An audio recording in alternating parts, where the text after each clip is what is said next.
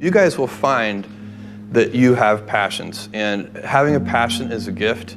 I think we all have passions, and you don't get to choose them. They pick you, but you have to be alert to them. You have to be looking for them. And when you find your passion, it's a fantastic gift for you because it gives you direction, it gives you purpose. You can have a job, or you can have a career, or you can have a calling. And the best thing is to have a calling. And if you find your passion, you'll have that, and all your work won't feel like work to you. Many kids and many grown-ups do figure out over time what their passions are. And sometimes we let I don't think it's that hard. I think what happens though sometimes is that we let our intellectual selves overrule those passions. And so that's what needs to be guarded against. My job, one of my jobs as the leader of Amazon, is to encourage people to be bold. And people love to focus on things that aren't yet working. And that's good, it's human nature. That kind of divine discontent can be very helpful. But it's incredibly hard to get people to take bold bets. And you need to encourage that. And if you're gonna take bold bets, they're gonna be experiments. And if they're experiments, you don't know ahead of time whether they're gonna work. Experiments are by their very nature prone to failure. But big successes, a few big successes compensate for dozens and dozens of things that didn't work.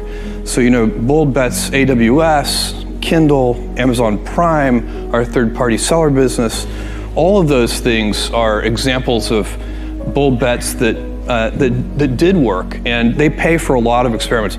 I've made billions of dollars of failures at Amazon.com, literally billions of dollars of failures. And you might remember Pets.com or Cosmo, or give myself a root canal with no anesthesia very easily.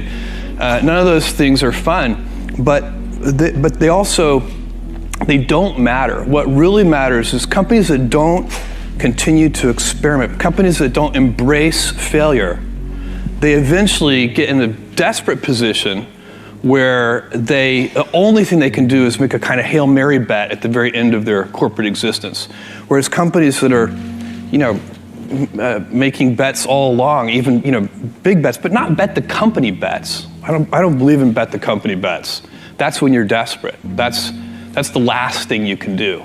It's not, you could be out of work and have terrible work-life balance. Even though you've got all the time in the world, right. You could just feel like, oh my God, I'm miserable, and you would be draining energy. And so you have to find that harmony. It's a much better word.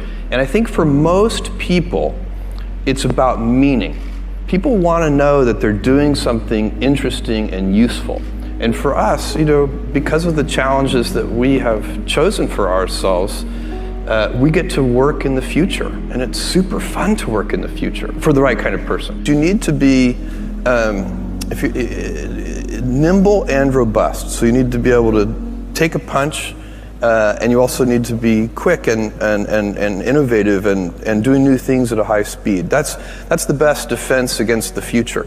And you have to always be leaning into the future. If you're leaning away from the future is going to win every time. Never, ever, ever lean away from the future. We all have adversity in our lives. I doubt if you really, if you know somebody, any friend or anybody that you talk to, there's no lack of adversity. And by the way, that's good, because it's what teaches us how to get back up. You fall down, you get back up. It always happens. And you get certain gifts in life, and you want to take advantage of those. But I guess my advice on adversity and success would be to be proud not of your gifts, but of your hard work and your choices. So, you may be, the kinds of gifts you get in life, you might be really good at math. It might be really easy for you. That's a kind of gift. But practicing that math and taking it to the next step, that could be very challenging and hard, and take a lot of sweat. That's a choice. You can't really be proud of your gifts because they were given to you. You can be grateful for them and thankful for them. But your choices you choose to work hard. You choose to do hard things. Those are choices that you can be proud of. Being an inventor requires, because the world is so complicated, you have to be a domain expert. I mean, in a way, even if you're not at the beginning, you have to learn enough so that you become a domain expert. But the danger is once you become a domain expert, you can be trapped by that knowledge. And so inventors have this paradoxical ability to have that 10,000 hours of practice and be a real domain expert and have that beginner's mind. Have that look at it freshly, even though they know so much about the domain. And that's the key to inventing. You have to have both. And I think that is intentional. I think all of us have that inside of us, and we can all do it, but you have to be intentional about it. You have to say, yeah, I am going to become an expert, and I'm going to keep my beginner's mind. You can't skip steps. You have to put one foot in front of the other. Things take time. There are no shortcuts. And but you want to do those steps with passion and ferocity. It's easy to have ideas. It's very hard to turn an idea into a successful product. There are a lot of steps in between, and it takes persistence, relentlessness. So I always tell people who are who think they want to be entrepreneurs, you need a combination of stubborn relentlessness and flexibility. And you have to know when to be which. And basically you need to be stubborn on your vision, because otherwise it'll be too easy to give up. But you need to be very flexible on the details, because as you go along pursuing your vision, you'll find that some of your preconceptions were wrong, and you're going to need to be able to change those things. So I think taking an idea successfully all the way to the market and turning it into a real product that people care about and that really improves people's lives is a lot of hard work. Don't try to chase what is kind of the hot passion of the day.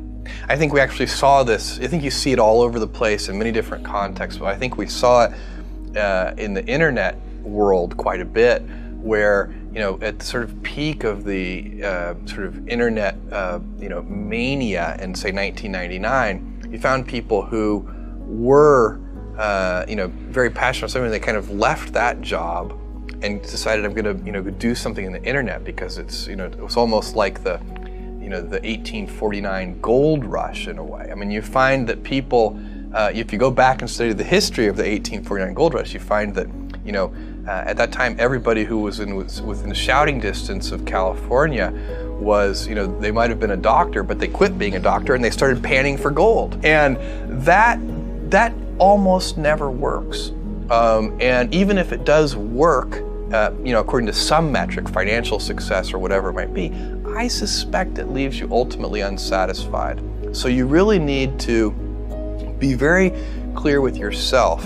And I think one of the best ways to do that is this notion of projecting yourself forward to age 80, looking back on your life and trying to make sure you've minimized the number of regrets you have. That works for career decisions. It works for family decisions. Do you want? I have a 14-month-old son, and it's very easy for me to, if I think about myself when I'm 80, I know I want to watch that little guy grow up.